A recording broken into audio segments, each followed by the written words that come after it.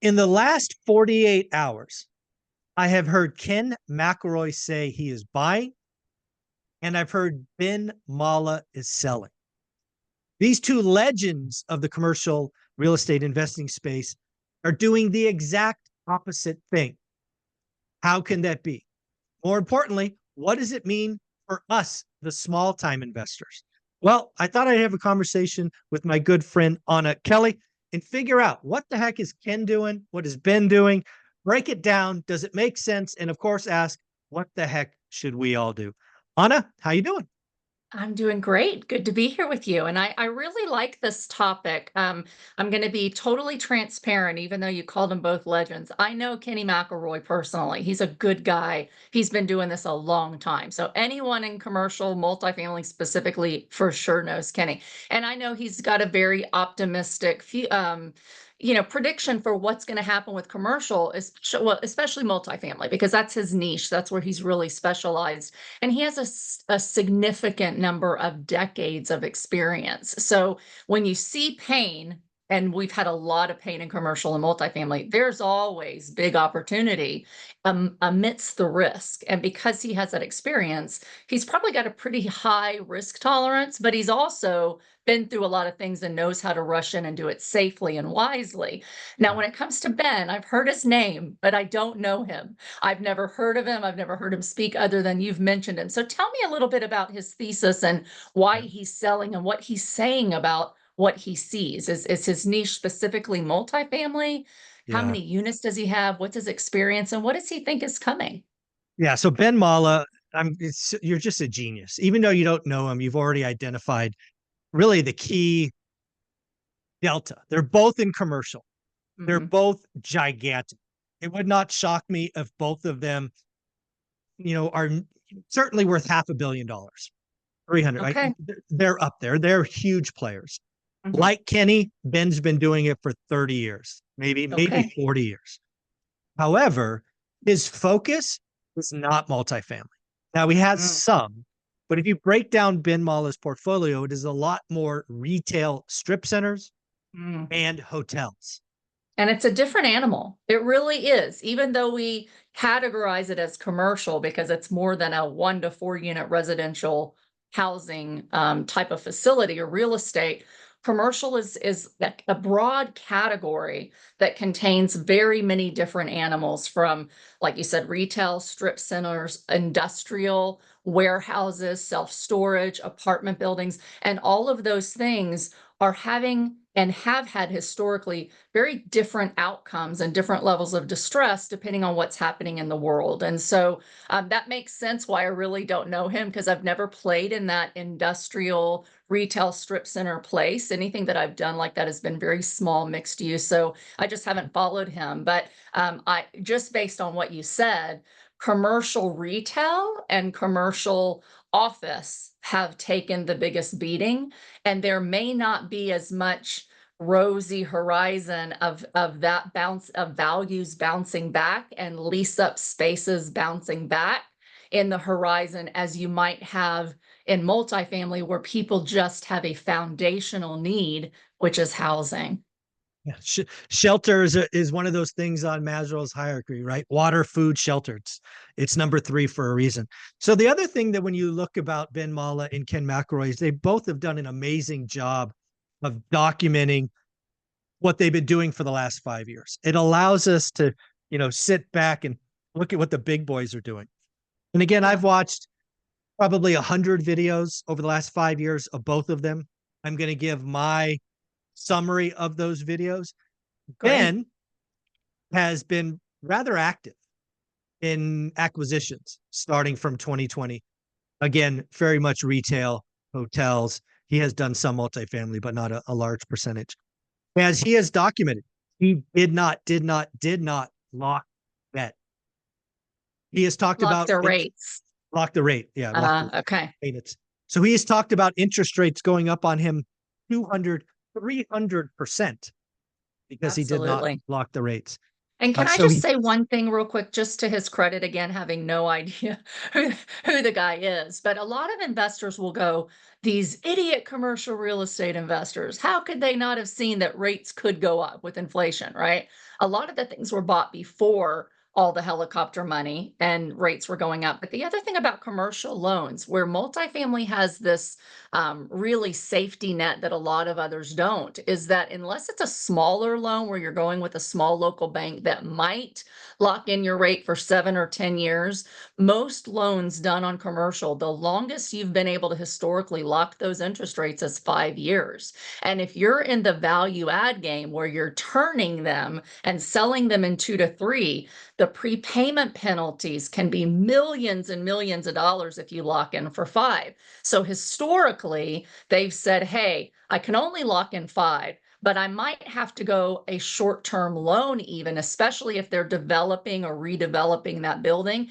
They didn't have the option like I did with Fannie and Freddie multifamily, like Kenny McElroy did with Fannie and Freddie loans, or even HUD financing, to lock in those rates for at least 10 years with some options on prepayment. So it's not that, a guy like Ben, obviously, you say he's been in the business decades, he's a smart guy. So I'm sure he didn't just go, oh, there's no risk that rates would go up, but he probably didn't have many options at the time he was doing these acquisitions for longer term financing. And so even really great operators, I know we like to poo-poo, and trust me, there's mistakes made. And I've made mistakes as well, right, over our investing career, not timing the crystal ball quite accurately. But a lot of the distress, it's not because the operator was necessarily an idiot or took too much risk. It's kind of the name of the game in commercial, that you just don't get those sexy long-term interest rates. So I just wanted to throw that out there real quick.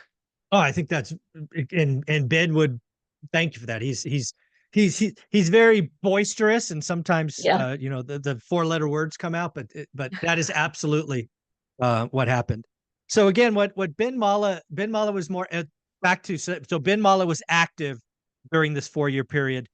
That structure bit him in the ass. And McElroy has been very clear, my opinion, that he was trying to buy deals the last 2 or 3 years, and his discipline didn't allow him to participate. Meaning, I'm right there. Yeah, yeah, right yeah. there.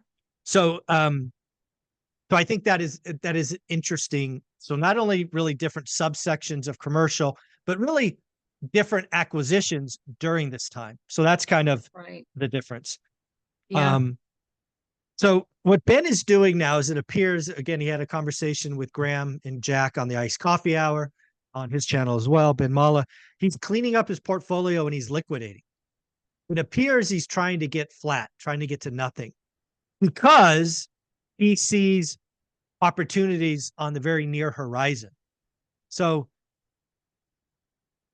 it's going to be very interesting timing, right? He Yeah. probably will sell some because some people have 1031 money and they want the triple net buildings and all of that. But I think if Ben were given true term, he would admit that he should have tried to liquidate last year instead of this year. It's like, hey, this is a really weird time to sell, right? Winter before an election, rates are coming down. But Yeah. really where Ben Mallah is saying, kind of closing it out with Ben, is he sees a gigantic crash coming in his segment, hotels, retail centers, talking Mhm. 50-60% in that assets. And what he wants to do is get down to a no debt so that he could go on a buying binge in the next, I don't know, call it 1 to 5 years.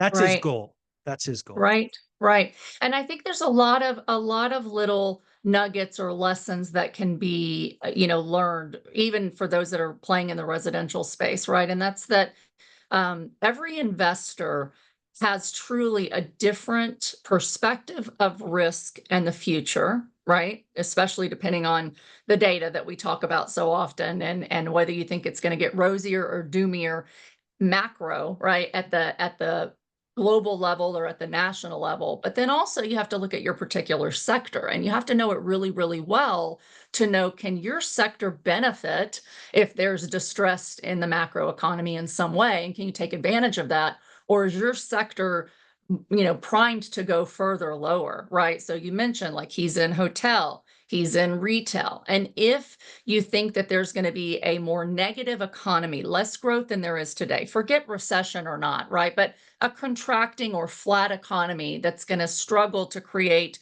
the level of expansion and growth that we've had in the last decade.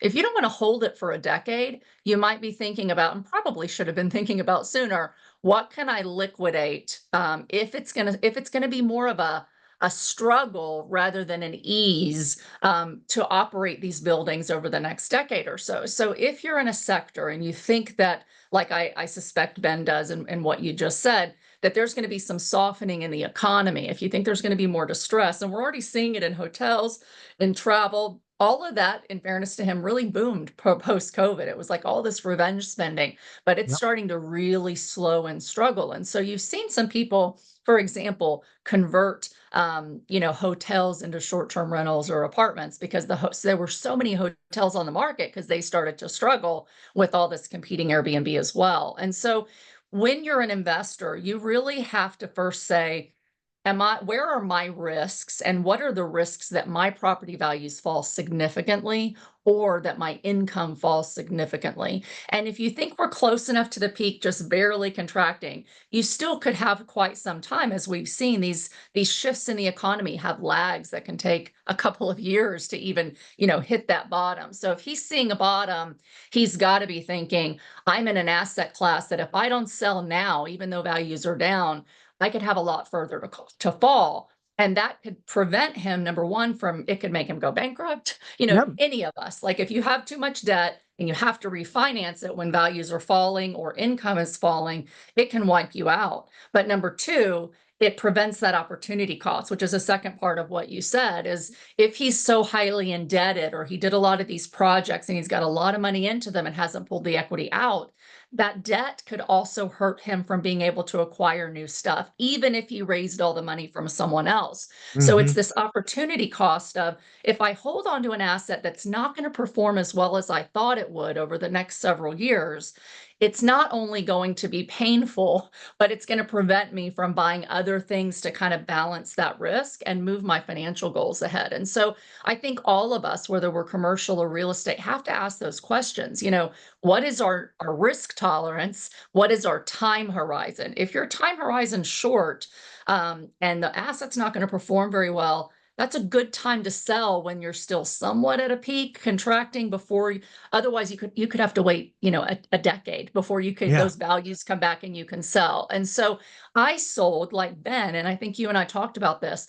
A lot of investors say the worst thing I ever did is I sold, right? But when you have these cusps of an economic shift and things changing, you have to look at what your risks are. So I sold a lot of property that I really didn't want to let go, but I let go so that I could get very liquid for two reasons. One, I knew that as interest rates were going up, that would make cap rates rise and automatically my values would fall, no matter how stable they were. It's just how it works, right? Yep. So I knew values will be down when my 5-year loan resets somewhere in this period, and I will have to refi.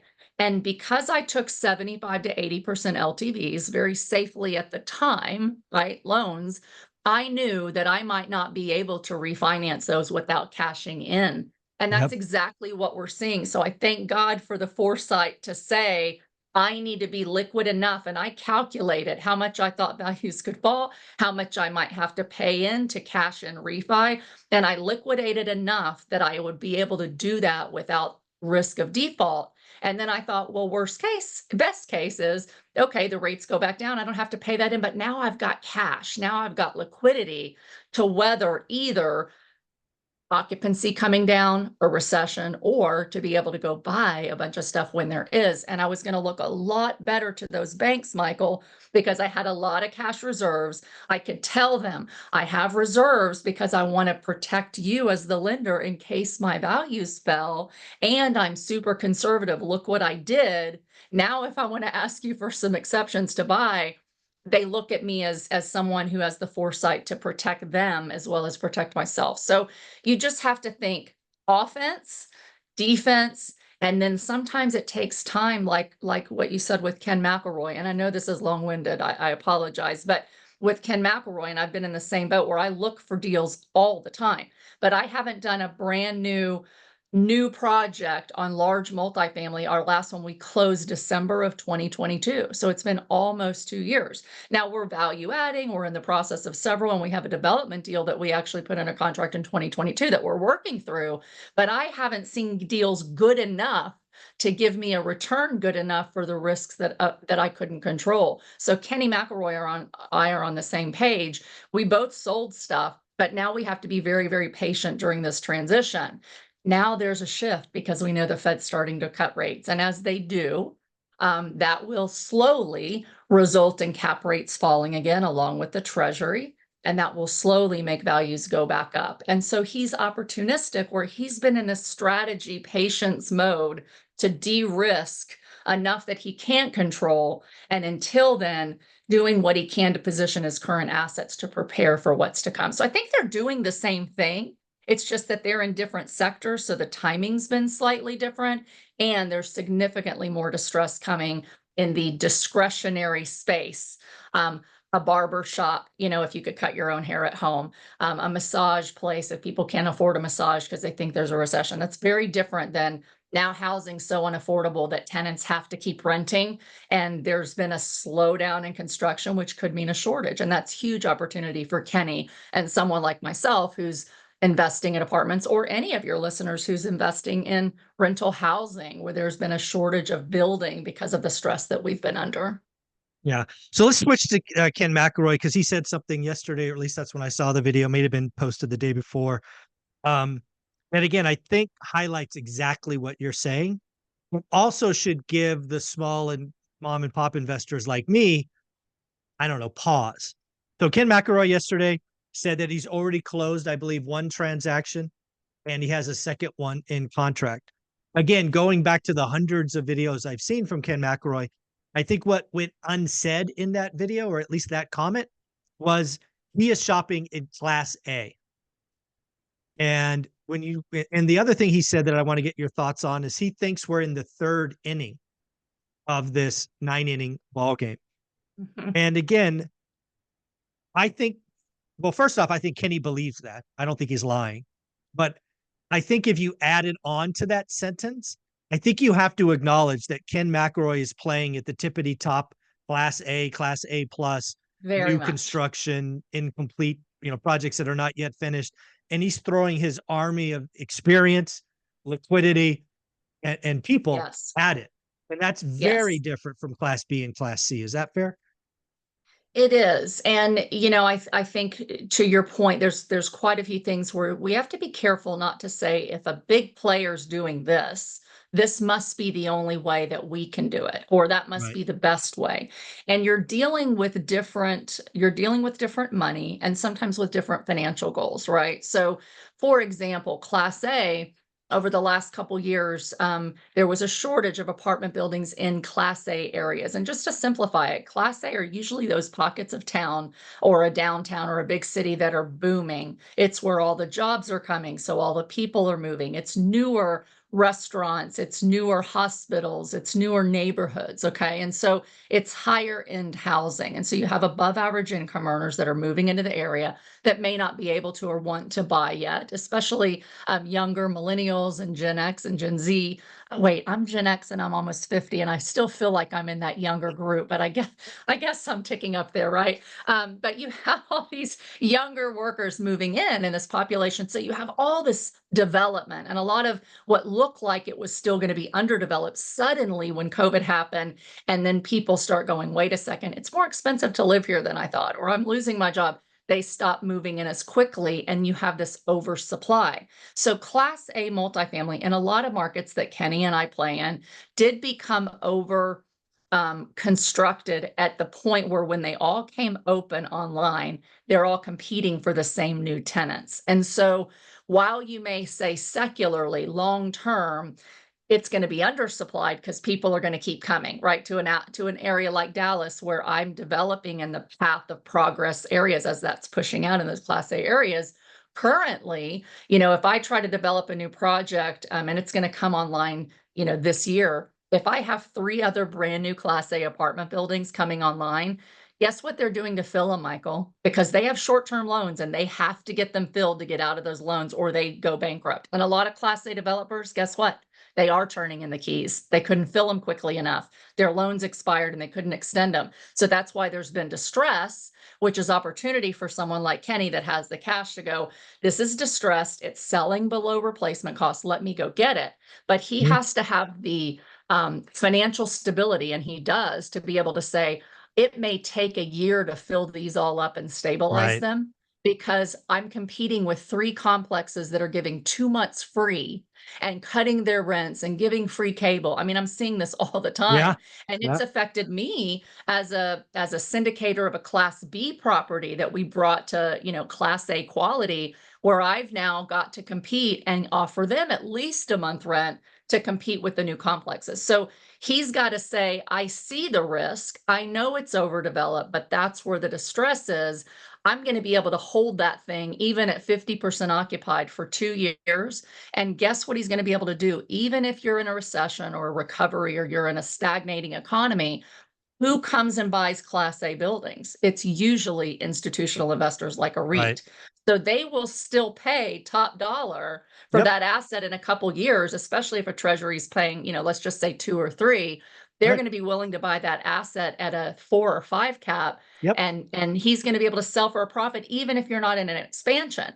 So Yep. that going into the fire when there's pain, when there's motivated sellers, whether it's commercial like Ben, whether it's apartment commercial like Ken, or whether it's small properties, if you can run into the distress, there's huge opportunity, but it doesn't take away the risks. So you've got to have the bandwidth to say, the opportunity is so good that I'm going to hold this thing a little longer. And I know, Ken, we spoke on a panel together not too long ago, and we talked about the risks, that are coming. But if you can buy it right, you really make your money on the buy. If you can buy it right and you put the right debt on it where you can afford to hold it longer term than what your business plan really is, then you're going to have a great deal. You're just not necessarily going to buy it for that short-term flip.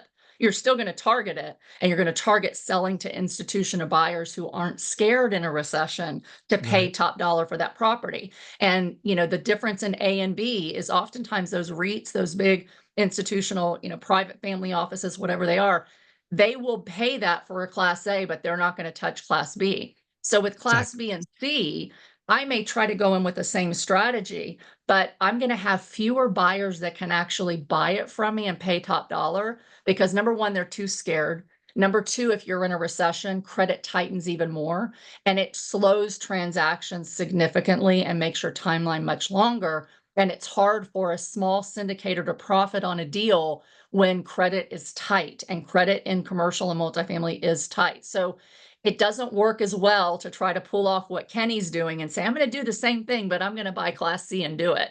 Doesn't Hmm. work as well. It's going to take longer. His success is because it's Class A, it's a needed and wanted asset, and institutional buyers will pay top dollar when the time is right. So that's my opinion. I haven't talked to him about this No. exact strategy today, but it's a very common strategy, and why someone like him can do it will probably create significant wealth, but that doesn't mean it's going to work in a secondary, tertiary market or a Class B or Class C property.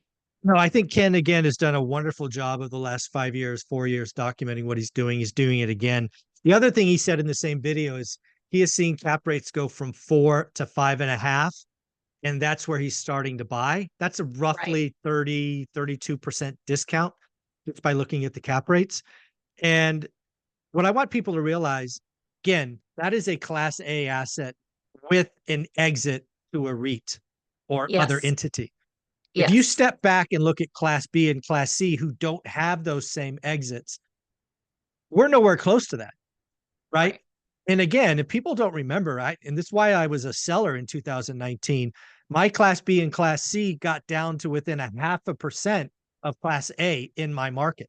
That's Yes. not normal. That's Yes. not That's normal.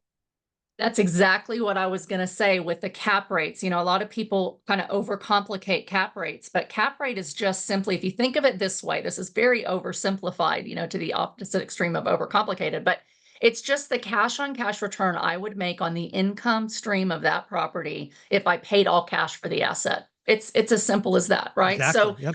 if you think as an investor, right? And I'm just kind of putting on my old hat as a private banker, what I would tell people, and I'm not licensed, don't take this as financial advice, but this is my opinion, right? Based on lots of history, is anytime you're going to make an investment, whether it's stocks, whether it's multifamily, whether it's gold and silver, commodities, you name it, anything you can invest in, there's something called a risk reward ladder. And you start with considered the risk-free rate of return, right? And it's supposed to be a 10-year US Treasury. So you start with, what does a 10-year Treasury pay me? And right now they're about 3.6, 3.7%. Okay.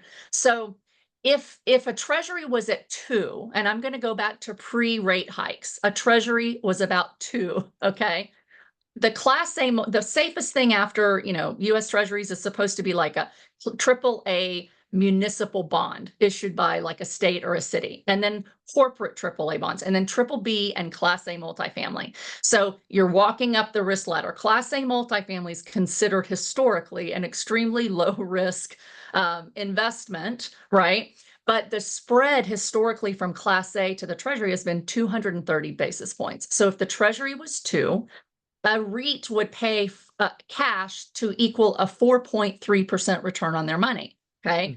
Class B should be probably another percent, and Class C another percent, right? So it's riskier when the buildings are older and they're going to have more mechanical failure and the tenants aren't as good quality. So you have to get a better return, which means you pay less for Class B properties than you do A, and you pay less for Class C properties than you do B in order to get that higher return for the risk that you're taking. Okay. So what happened over the last couple of years is syndications went crazy, especially on the smaller properties, and people chased yield. They couldn't make the money work on Class A. They didn't need very much renovations because syndicators aren't buying them for that cash on cash, that flat 4 or 5 or 6. They're buying them to create more value by renovating them and selling at a high price on the exit. So their cash on cash might only be 5, 6, 7%, but they're hoping to make 20% annualized when they sell it because they renovate it, right? So what happened is they paid crazy amounts of money for Class B and C, and paid almost as much for even C class properties, Michael, as historically everyone was paying for A, because they hoped to create that big upside when they renovated. They weren't looking at the cash on cash, and their fundamentals of what is this property worth today went out the window, and they way overpaid today on the buy for that opportunity to create big upside on the value add. And that's what's gotten so many people in trouble, where now, if they try to sell it, the value is at a cap rate that has a much bigger spread between A and C, and when Treasury rates are up. And that's why so many small syndicators have just been hammered, because they overpaid. So it's critical that you understand, what is a property really worth today? And if you just start with the mindset of 230 bips above the 10-year Treasury for Class A brand new, even a small house, you can do the same thing on a brand new house that you're going to put a tenant in. And then for B, go up 1%, for C, go up 1% from there, and you'll get pretty close nationwide to about what those things should sell for to an investor and what you should pay for them. So cap rates are really important, but not enough people use them, especially in residential. They just say, "Hey, Anna, I want a coaching call. Tell me what a good return is." And I'm like, well, what's a good return for today? What's a good return long term? Are you looking at only the cash on cash for return? Are you banking on appreciation? What's your risk tolerance? What's your timeline? All those things are going to dictate what a return looks like to you. But the bottom line is, no matter what you think it's worth, it's only really worth what the market's willing to pay for it. And that's going to be very cap rate driven and fundamental driven. Yeah, the key to all of this, how we kind of started the video, is what's a mom and pop investor supposed to do? And the last thing I'll say about Ken and where he's playing is, we have had price discovery. When price discovery is occurring somewhere between 5.5 and 6 caps. What we aren't seeing is price discovery, aka transactions, in Class B and Class C. So Kenny thinks we're in the 3rd inning. And again, I will add, he didn't say, but I will add, of Class A. I don't even think we're at the game yet for Class B and Class C. No transactions, no price discovery.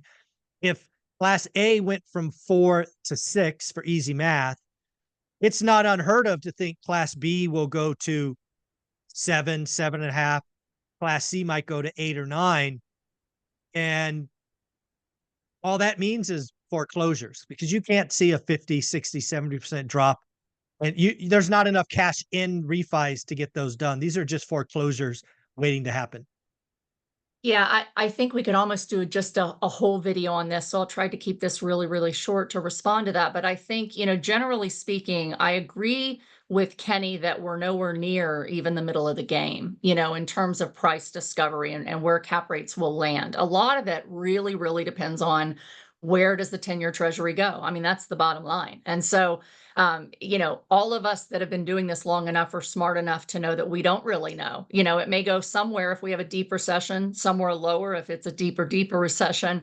But even with a low treasury and a low cap rate historically, you're going to see distress as well, and that distress is going to knock your income down. And especially if there's rent controls or there's taxes and insurance keep going up, you could still have values come down, even though historically you think, oh, the cap rate should be lower because the treasury is lower. There's other risks that can make that cap rate higher. And I think as you look at Class C, there's definitely more risk, especially if it's not in a primary major city. Because if it's in a small town that has 2 or 3 big employers and you start to have layoffs, people move out, then your vacancy goes up. And so that's really the risks of not having the price discovery in B and C markets more so than B or C properties. Because generally, if you have my space that I love is Class B properties in a Class A area, right? And then I've made them almost as nice as brand new, but just keep the rents a little lower so that I stay full compared to, the Class A stuff. And so if your market that you're investing in is going to do well in a recession and you've got a lot of job resilience and population and good schools, low crime, et cetera, your property values are going to be better than that same Class B or C property that's in, I like to always pick on Oklahoma City, Oklahoma, because a lot of investors went there chasing yield and they've historically had a 14% vacancy rate. They're oversupplied and there's not enough people and jobs to support the area. So it's very local, but that's one thing. The other thing that I think people miss that could make it as bad as what you're saying, Michael, is that credit for even multifamily has tightened significantly. Fannie and Freddie, if you're good and very expensive, that loan I could get for 80% today, I'm being offered 65% LTV. So you've got to raise a lot more money, which is harder to do from investors who are spooked and scared of the market, right? But it reduces your returns significantly. So a lot of us have made money by leverage, and leverage is great when it's positive leverage, but when it's negative leverage and the more you borrow, the less return you make, you got to put down a lot more cash to make those deals work. And so transactions will continue to be slower in Class B and especially Class C stuff, because even the buyers that want to buy them are going to have a lot harder time making returns and the bank to give them the money.